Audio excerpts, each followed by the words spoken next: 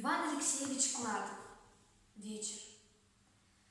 Вечером по городу скитаюсь и заглядываю в окна, каюсь.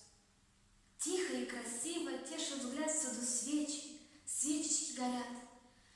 Думаю, зайду туда, застану знающий свою работу люд. Скромный и хороший, даже муха с мирным насекомым стала тут.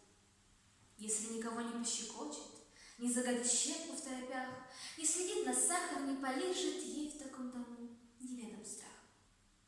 Старики беседуют степенно, парень с девушкой уже давно о своем толкуют. Что ж такого? В этом нет греха, мне все равно. Наблюдаю за счастливой парой, ест конфеты, сидя в стороне, и обертками давай бросаться, как детишки. Дальше видно мне, за столом сидят и о хороших и знакомых говорят своих. О неважных смыслах забыли, чтоб не похвалить случайно их. Могут на веселых посиделках острое словцо сказать они. Посмеются вдоволь, но кого-то разразить насмешкой ни-ни. Есть у них еды, питья, припасы. В комнате тепло, светло, уют, но к своим вечерним наблюдениям и раздумьям я прибавлю тут. Никуда сегодня не зайду я, неудобно, право, ведь не ждут.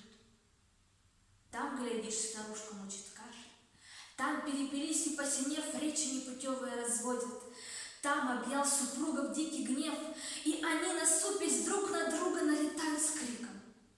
А вон там, как на берегу реки Сысолы грязь дому, там волю дал слезам голод.